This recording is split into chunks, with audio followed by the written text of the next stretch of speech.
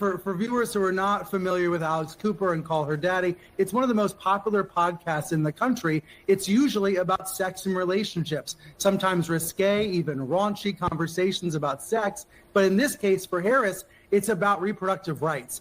And I think they've got to double down on doing more interviews and serious interviews, because what I'm hearing from Democratic and Republican business people and a lot of men, and she's got such a big problem with men. I think there's an undercount of the Trump vote. I think there is misogynation in all of this, black and white men. Big problem, but also the business world. They don't think she is serious. They don't think she's a heavyweight. And a lot of this is gender, but she's got to be more specific about her economic plan. What made you want to do Call Her Daddy today? Well, I think you and your listeners have really got this thing right, which is one of the best ways to communicate with people is to be real, you know, and to talk about the things that people really care about. I mean, what I love about what you do is that your voice in your show is really about your listeners. And I think especially now, this is a moment in the country and in life where people really want to know they're seen and heard, and that they're part of a community, that they're not out there alone. And so I'm really glad to be with you. Another reason why men don't take Kamala Harris seriously, right? And as a man, I'm only going to speak for myself, but I think many men can see where I'm going with this, right? So you saw from the intro, she decided to do an interview with a podcaster who is not political at all, right? Just cultural, whatever. And the last clip that I showed you before I started my commentary, she mentioned that, why did you decide to do the Call Her Daddy podcast? And she said, well, you have a community that I can take advantage of. That's how I read it. You let me know in the comment section if I'm right or wrong on this. But that's how I read it. Because this reminds me of Joe Biden 2020 talking to Cardi B about politics. This is someone she could take advantage of, right? And before I go into the clip and do my a reaction to a significant segment of it, Ben Shapiro wants to reply to this question that she had, that is there any law that governs the body of men? It's the funny part about when women make their arguments. It's very almost, can I say, narcissistic, self-centered. It's in a very self-centered way, right? They'll say, oh, Kenny, equating men having to go to the draft is not the same as forcing a woman to carry the pregnancy of a rapist. And my argument will say, yeah, that is unfair. We understand that. But isn't it unfair to condemn someone to essentially die for something, especially if it's meant? Like, imagine, let's say Kamala Harris wins and we get into World War III. We know majority of men did not want to vote for Kamala Harris, yet you expect majority of men to go and die for Kamala Harris's and her agenda. And people like to discount the selective services, saying that we never have a draft for a long time, but we still have selective services. Why do you still need selective services then if there's no point? There'll never be a war, right? This is the idiocy these Democrats, liberals think. Because circumstances can change just like that. And once circumstances change, the selective services can easily just become a draft right there and then. Hey, we're going to go with the selective services. There's a reason why Joe Biden would not allow transgender women to be able to leave selective services, because you're still considered a man, no matter how much in the delusion they participate in, right? So Kamala Harris decided to share this. She said, take a moment with Alex Cooper and to see if we can think of any laws that governs that gives the government the power to make decisions about a man's body. Ben Shapiro replies, actually, pretty much every law gives the government some power over men's bodies and women's bodies. That's how laws work, duh. In fact, if you mean laws that apply to men and not women, how about the draft or the divorce laws, or how about which are frequently stacked against men? And this is something women don't want to talk about. They want to keep complaining about my body, my choice. But the reality is, women have the power in this day and age to decide whether a man becomes a father or not. And regardless if the man feels like he wants to be the father, there's a reason why they call it deadbeat fathers, and they're never hear the term deadbeat moms. It's rarely applied to women. When single women go online talking about they're both mother and father, no one pushes back against this crap that they push out. But in my vantage point here is that we in this country, we believe that a woman gets to decide whether she becomes a parent or not. But also in this country, a man can't decide whether he becomes a father or not. If the man decides, hey, I don't want that kid, and a woman still chooses to have that kid, and the father does not participate in that child's life, he gets labeled a deadbeat dad. But he didn't want it. I thought you believed in my body, my choice. He didn't want to be a father. At least when a dad doesn't want to be a father, the kid's still alive. When a mom doesn't want to be a mother, she kills her kid. But you want to sit here and give this false statement. I'm taking it at your word.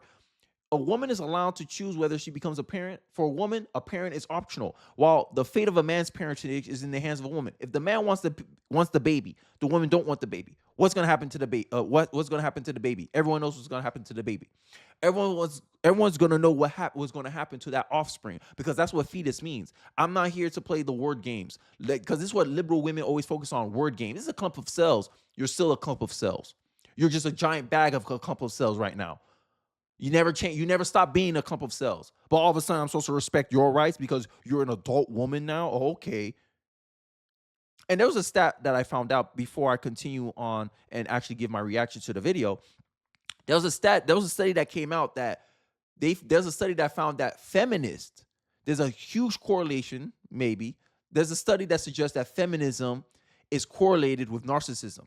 They're saying that narcissists like to participate in feminism because it's a way of them to get attention. And I'm like, damn, that's a damning indictment on feminism. Feminism, I always stated this, it's about ego. Now I got studies to back me up. Many narcissists find feminism appealing because they can get a lot of attention for it.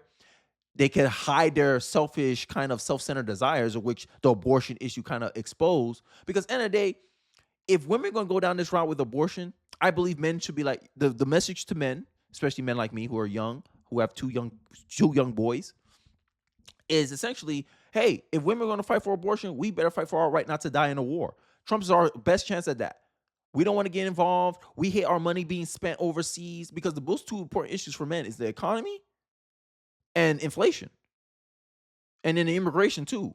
So men are seeing this as a problem. They're like, yo, Trump fits all three of those bills. No logical man, no self-respecting man who cares about his life, the life of his brothers, the life of his sons, will vote for Kamala Harris. This is the big reason. So all these feminists keep trying to say, oh, it's because of an undertone of misogyny that men don't want to vote for Kamala Harris. No, men are voting just like women are for their own self-interest. My own self-interest is I want to not fight and die on the soil of a foreign land. I'd rather die in my front yard, protecting my house, my family, my household, than to go on some foreign war trying to support some regime that the government that I didn't elect wanted to happen. No. What? Women, y'all play with it y'all want. Y'all play with it if you want, because a lot of men are fed up. A lot of men are tired of the gaslighting. A lot of men are tired of the emotional manipulation. Minimize your concerns.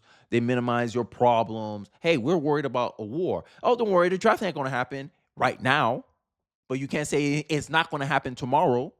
And this is the point. The same way y'all fighting for something, you might be pregnant tomorrow, but you're not pregnant right now. So why are you complaining about abortion? It's the same thing. You're worried about what could be in the future, what could happen in the future. But for some reason, when it's men's turn, it gets minimalized. Oh, it's not a big problem. It's not a big deal. Yeah, I'm going to lose my life, so you have the right to kill someone else's. Okay, because that's what abortion is about. Women, look, this is why I'm not a pro-abortion person. Because if you believe slavery is wrong because you treated people like cattle, how can you justify abortion where you treat your offspring like your property, like it's a commodity, like it's a phone? I can just throw it away once it's not convenient for me to have anymore. Because that's essentially what abortion is about. It's about your right to be a thought. I'm sorry. That's the reality. Call her thought. Call her thought. That's how I see the Call Her Daddy podcast, because it's not a serious podcast. You saw it. You saw it. The last 2 episodes before she brought in Kamala Harris was about crap.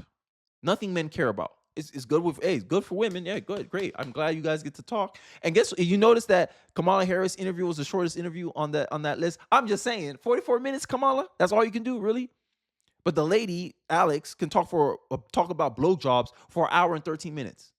But I digress. Enough of my ranting. Let's get into the podcast. So let's get into me reacting to the clip. At a rally in Pennsylvania, former President Trump recently told women, "You will be protected and I will be your protector." What do you make of that? So he who, when he was president, hand-selected 3 members of the United States Supreme Court with the intention that they would undo the protections of Roe v. Wade. And they did just as he intended, and there are now 20 states with Trump abortion bans, including 20 states out of 50 have abortion bans. What about the other 30? Like, make it make sense. How is it leaving up to the states somehow an indictment against women? What happened to your right to choose, right? Just like this is why I talk about, like, feminism is based in narcissism. You want women to do what you want them to do. We want women to be only career women. We want all women in the country to be career driven. But what about the women who want to be family driven?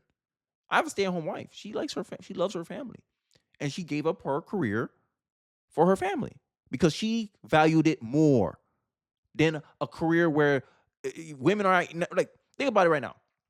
Career women right now are mad or angry about the state of the economy, how they're getting let go, how corporate jobs aren't safe, because you're just a number. My wife will always be my kids' children, regardless of what happens. Right? But in your career, right, minute the budget ain't doing too good, minute you're not as productive as you should be, gone like that. And unlike a marriage, you don't get to leave with half of the company's stuff. You get left with your last paycheck and it's a bye-bye. And you get replaced. But we tell women that they should prioritize that over their family. Make it make sense. In my calculation as a conservative, and this is probably one of the main reasons why I'm a conservative, because I'm very family first.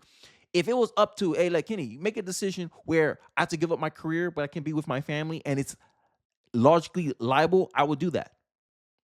Because I believe time with my family matters more than slaving away at a job. But as a husband, I know I can't do that because I have to provide for my family. So I make a sacrifice. Because end of the day, life is about trade-offs. I don't have the time to watch my kids, to really be with my kids. But I let my wife have that. Okay. You have the time with the kids. I make the money. I'm allowed to focus on my career. But the point is, the career is just a means to an end. And that's the job for. This is the funny thing. Women, I'm going to be open with you. Okay. Men do things because they're outcome driven. Men don't go to teaching, not because they don't like to teach. I love to teach. I think I would have made a fantastic teacher, but I knew there was no money in that. I knew practically I couldn't sustain a family because that was my goal. Hey, I want to be able to sustain my family with just my income. What job positions allow me to do that? Teaching ain't one of them. So I was like, okay, I won't do teaching then. I'll focus on this job. Get the skills of this job. This job is highly valued. I can make 6 figures having these skills. I'm going to do that. And I did it, and now I'm here. 20 years old, have a house, single income household, 2 kids. We living fine. We live within our means. We live fine. This is the sacrifice that I made as a husband, as a man. And many men are practical like that. That's why when a man is single, he can live off of $50K a year and he'll be fine. He live in Gucci. Right? There's a meme out there where if a man lives by himself, he has no furniture, just a TV, and that's it. And women are like, how men can live like this? Because men are very simple. Men are very practical. Men think very clearly. This is why marketing don't really work on men like that. This is why this whole misogynist angle these feminists are trying to push on men for not supporting Kamala Harris is not working because men are looking at it practically. Bans that make no exception for rape or incest, which we just discussed, which means that you're telling a survivor of a crime, of a violation to their body, they don't have a right to make a decision about what happens to their body next, which is immoral. So this is the same guy?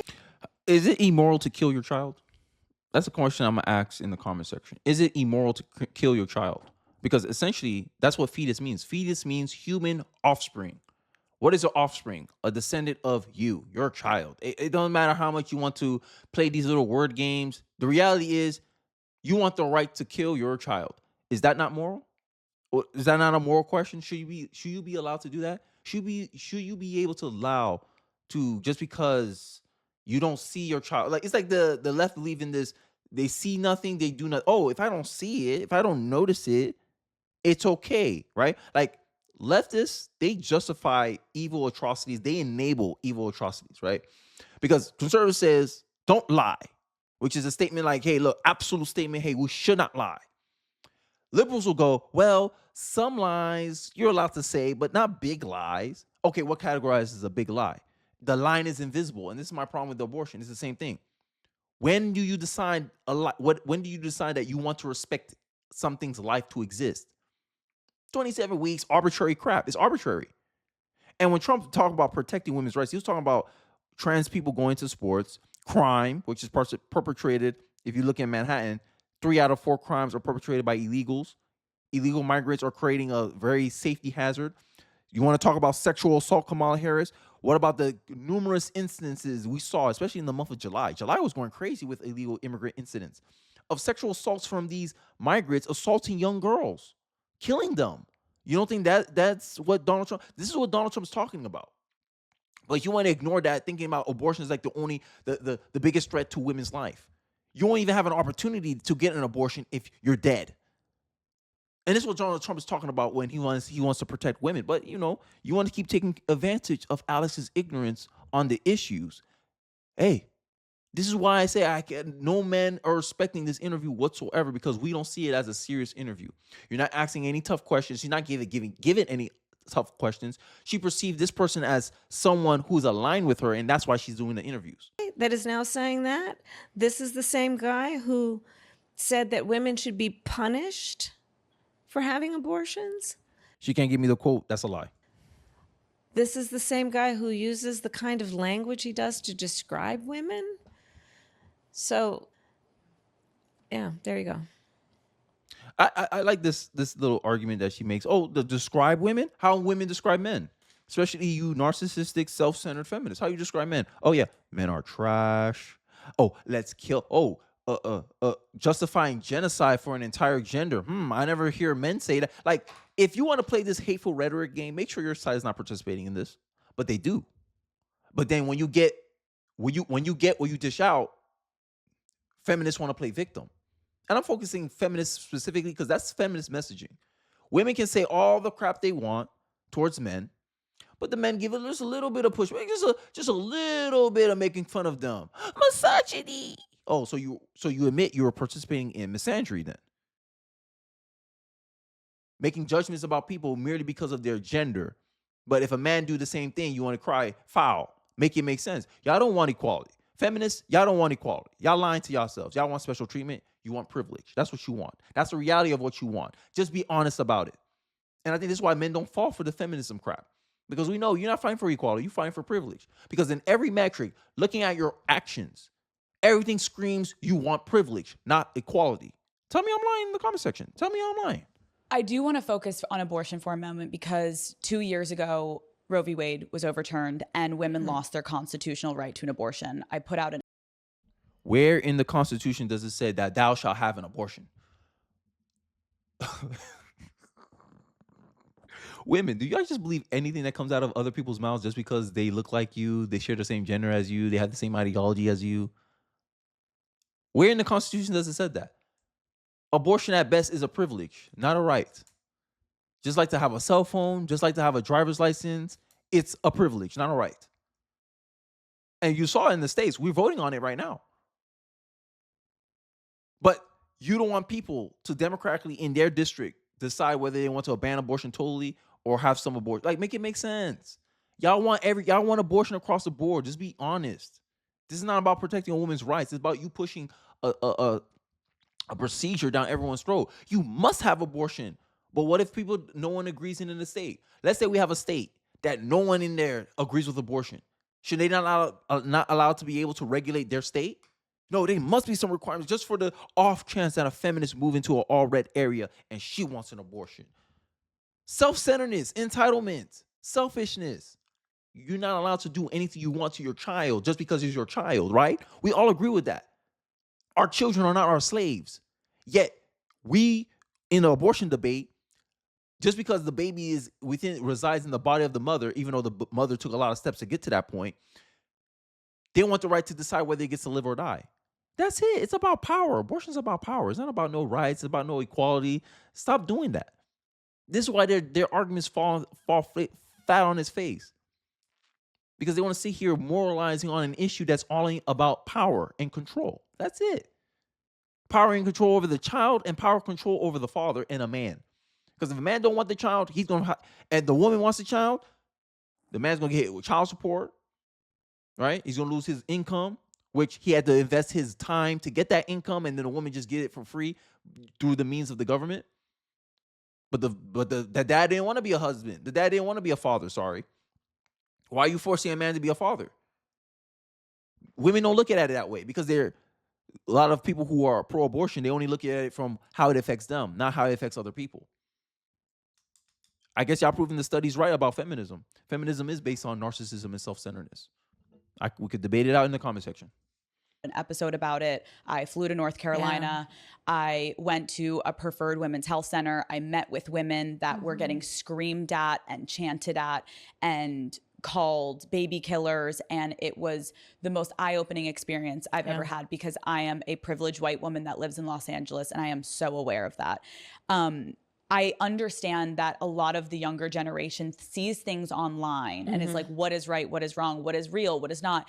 Can you explain and talk about what is actually happening to abortion access right now in this country? Yeah. So again, I thank you for what you've been doing and at the earliest stage of this and following the stories. So, you know, on public policy, I often tell my team, look, I don't want to hear about public policy is a fancy kind of speech or paper. Tell me how it'll affect a real person. So let's talk about how it affects a real person. The majority of women who receive abortion care are mothers. So when you're pregnant, you're a mother. Regardless if you see yourself that way or not. You're caring for your child, whether in the womb or out the womb. You're a mother. She's making this that kind of argument like, oh, we need abortion access, but 92, 96, 99% of abortions are elective. Because there's some abortions where they say they did an abortion for economic reasons, right? I think it's about 6%. But for rape, incest, life of the mother, all that equals to less than 1% of abortions in the entire country. So that means as a compromise, if pro-lifers said, okay, we'll allow those exceptions, but elective abortions need to be banned, pro-abortion people still cry about, no, we want 15 weeks for any reason. Because the reality is, you go by what the majority is doing with abortion. The results, the data does not prove a narrative. It proves a result. And the results are in. Most women do abortions for elective reasons, aka because they want to. They abort healthy babies that wasn't conceived through rape or incest, and they still want them aborted. That's 99% of abortions. But what they lead in with? They lead in with the rapist, incest, medical complications. Those are what constitute most abortions. No, I don't. That's what you lead in. You lead with the exception, trying to justify the rule. That's why I said, like, abortion, people who are pro-abortion, your weakest argument is the moral argument. The minute you come in with a moral argument, you're gonna get smacked. Especially with me, you're gonna get smacked. 2 women, never been pregnant in their life. Two childless women right here. 2 childless women we're seeing talking about abortion, talking about motherhood, right? But because I'm a father, because because of my genitalia, they will say, "Oh, you're a man. You don't know what you're talking about." Even though I've been with my wife for like since we were 19 years old. I'm 28 now. I was with her through all the ultrasounds from when my son was 3 weeks old. Having moved, he was wiggling in the womb already. They're like, "Look at him, he's dancing." 3 weeks, but I'm allowed to abort him around that time, given Florida's laws, even Florida's current law. We would have been allowed to abort him. People who say that 6 weeks is not enough time is people who are just irresponsible, in my view. Because my wife was like, "Yo, I think I'm pregnant." I said, "Oh, okay, let's do a pregnancy test then." Found out she was pregnant. Like within the day after we found out, we scheduled to go see an ultrasound, and that's how we found out in 3 weeks. Oh, our son's 3 weeks old. 6 weeks is not enough time. Excuses, trying to find reasons to justify abortion. And this is what the whole abortion debate has become. I'm done. I think I'm done because I think if I keep listening more, I'm going to get angry. But I want to finish her thought just to end off the video. if she's in a state, and by the way, every state in the South except for Virginia, has an abortion ban. Okay. So imagine she's in a state with an abortion ban. 1 out of 3 women are, by the way, in our country. And she's a mom. So she's going to have to figure out, one, God help her if she has affordable childcare. God help her if she has paid leave. And then she's going to have to go to the airport, stand in a TSA line, sit on a plane next to a perfect stranger to go to a city where she's never been to receive the care she needs. Why? If that argument is like, let's say, oh, it's so inconvenient to do all those things. A lot of things are inconvenient, but you prioritize that because you see value in doing it, right? So even in her example, she shows that women don't really value abortion like that.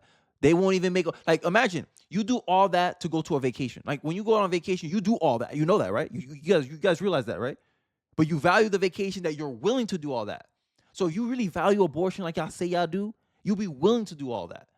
And red states are just calling your bluff. You're like, nah, we don't think you're doing abortion because you have to. It's because the government, the Democrats made it convenient to. That's the problem. Look at where all the abortion clinics are at. In the hood. Most of them are in the hood. Where black women are, this is why black women disproportionately abort their kids compared to other races of women. How you 13% of the population, but you're responsible for 40% of aborted babies. Make it make sense. Out of 1 million babies that die a year, this is me as a pro-lifer, this is how I see it. 400,000 of them are black babies. How you not see that as genocide? How you not see abortion as racist? Liberal woman. But this is what I'm talking about. But you want to moralize on this issue? Hey, stop making moral arguments pro-abortion people. That's all I'm trying to say, because y'all going to lose that argument every single day. But I digress. Let me know your thoughts in the comment section below. I know when it comes to abortion, it's always heated in the comment section, but hey, I love the debate. I love to hear your thoughts in the comment section. Let me know. Don't forget to like, comment, subscribe. Appreciate you guys watching to the end of the video, and I'll catch you guys on the next one. Peace.